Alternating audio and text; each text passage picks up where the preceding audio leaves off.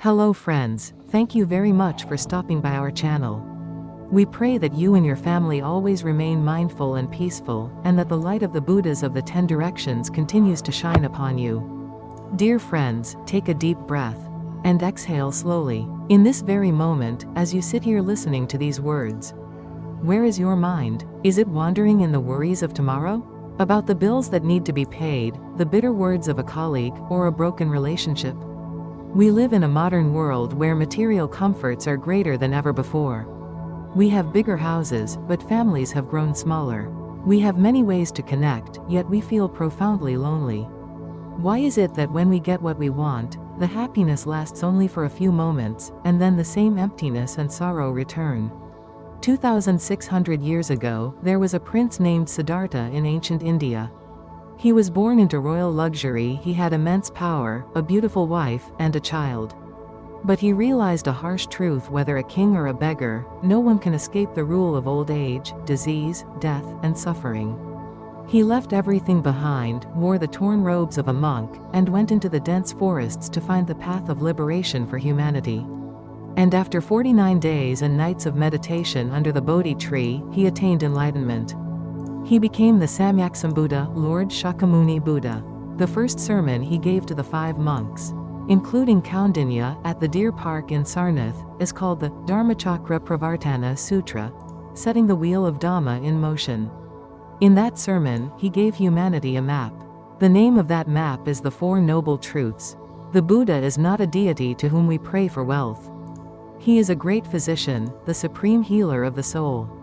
The Four Noble Truths are a 4-step process to cure that disease: recognizing the illness, diagnosing the cause, confirming that it can be cured, and prescribing the medicine. Today, please set all your worries aside, sit with us, and drink a sip of mindful tea, so that we can delve deep into these 4 truths. Not to believe them blindly, but to see for yourself, practice for yourself, and liberate yourself. The first truth declared by the Buddha is the truth of suffering, dukkha. He said, "O monks, this is the noble truth of suffering. Birth is suffering, aging is suffering, illness is suffering, death is suffering. Meeting the unpleasant is suffering, parting from the pleasant is suffering, not getting what one desires is suffering." In short, the 5 aggregates subject to clinging are suffering. Many people often say upon hearing this, "Why is Buddhism so pessimistic? There is so much happiness, love, and success in life, so why call everything suffering?" But friends, in the ancient language, the word dukkha does not merely mean pain and crying. It means imperfection, ever-changing, and never permanently satisfying. Let us look deeply into the 8 sufferings that every human being has to endure. The suffering of birth. Does anyone smile the moment they are born? We all come into this world crying. The very beginning of life starts with struggle. The suffering of aging, the invisible yet merciless destruction of time. Look in the mirror, wrinkles are appearing, hair is turning gray. Aging is not just physical weakness, but the mental agony of watching our youth slip away. The suffering of illness. The most expensive bed in the world is a hospital bed. When severe illness strikes and there is bone-piercing pain, the only dream is to be free from that pain. The suffering of death. This is humanity's greatest fear. Death separates us from everything: wealth, fame, family, and the body we nurtured so carefully. The suffering of parting from loved ones. Have you ever shed tears at the funeral of a loved one? It breaks the heart when our dearest person leaves us. Everyone who meets must eventually part. This is the law. The suffering of meeting the unpleasant. The irony of life is that the ones we love stay far away, while the ones we hate, we have to face every single day. The suffering of unfulfilled desires. We have many desires. We ask for wealth, fame, success, and love. When expectations are shattered, the suffering is deep.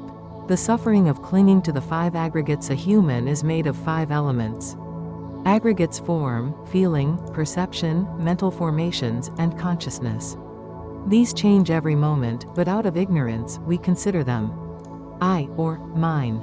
Clinging to this false I is the root of all tragedies. Recognizing suffering does not mean giving up or being depressed. On the contrary, when we understand the suffering of the world, compassion awakens within us. We realize that the person insulting us is also burning with the fire of anger inside themselves. The doctor has diagnosed the illness. Now it is time to find the cause. The second truth is declared the truth of the cause of suffering samudaya, the root of all miseries.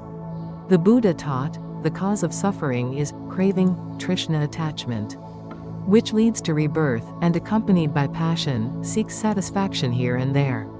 We often blame fate, God, or the people around us for our miseries. But Buddhism points directly to our minds. The root of suffering is not on the outside, but within our own mind. The name of that virus is ignorance avidya, and from it is born craving trishna.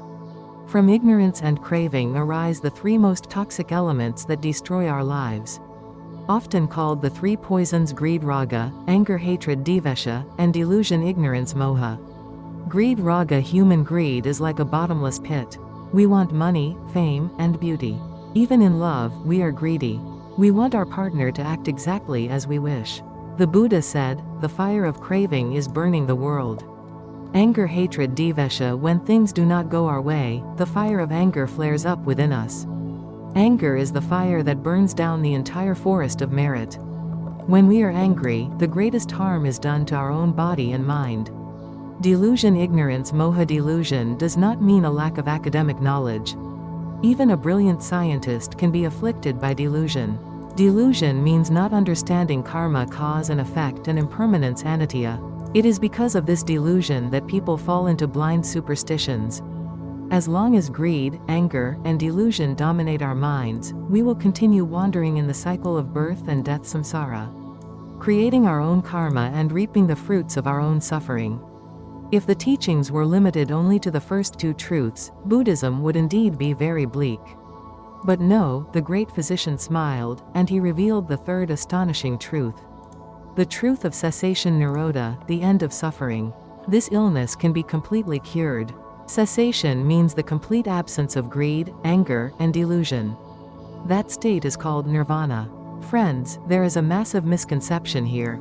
Many people think nirvana is a heaven above the clouds, reached only after death. No. In the ancient language, nirvana means to extinguish or blow out. Just as a fire goes out when the fuel and air run out. That fire is the fire of greed, anger, and delusion. When that fire goes out, supreme peace and bliss manifest. That is nirvana. Nirvana can be experienced in this very moment, in this very life. When someone insults you, and instead of insulting them back, you remain calm, smile, and let it go in that moment, you did not stoke the fire of anger. That is a state of nirvana. This third truth is the greatest hope for humanity. We do not need to beg anyone for liberation. Wisdom and peace lie in our very own capacity to purify our minds. The illness is clear, the cause is known, and the cure is confirmed. Now, the great physician will prescribe the medicine. This great prescription is the truth of the path magga, the path leading to the end of suffering. It is called the Noble Eightfold Path, Arya Ashtangika Marga. The Eightfold Path is not a set of steps to be taken sequentially from 1 to 8, rather, it is like the 8 spokes of a wheel that must turn together. It is divided into 3 main groups: sila morality, samadhi concentration, and prajna wisdom. The wisdom group prajna, right view samyak drishti. This is the guiding light. Right view means understanding the 4 noble truths correctly, and specifically understanding the law of karma. As you sow, so shall you reap. Good deeds bear good fruit, bad deeds bear bad fruit. Right intention samyak sankalpa. From right view arise right thoughts. This includes thoughts of renunciation, thoughts of compassion, wishing well for all, and thoughts of non-violence, not harming anyone. The morality group sila, ethics and conduct in society. Right speech samyak vak, not lying, not slandering, not speaking harsh or bitter words, and avoiding idle chatter gossip. A person with right speech always speaks words of peace, encouragement, and love. Right action samyak karma, protecting life. Not killing ahimsa, not stealing, and avoiding sexual misconduct. Right livelihood samyak ahivika, earning a living honestly. The Buddha advised avoiding 5 types of trades: trading in weapons, trading in humans, trading in meat, trading in intoxicants, alcohol, drugs, and trading in poisons. The concentration group samadhi, inner development and meditation. Right effort samyak vyayama, preventing unwholesome thoughts from arising in the mind.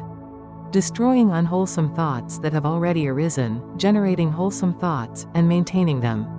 Right mindfulness Samyak Smriti. This is the heart of Buddhist practice in modern times. Right mindfulness means living 100% in the present moment. When you are walking, know that you are walking. Do not let the mind wander into the past or the future. Be fully aware of your breath, your body, and your emotions. Right concentration Samyak Samadhi. When the mind stops wandering due to right mindfulness, it enters a deep, tranquil state. Just as the moon of truth is seen most clearly in a calm lake, similarly, from right concentration, the light of wisdom prajna bursts forth, and ignorance is completely destroyed.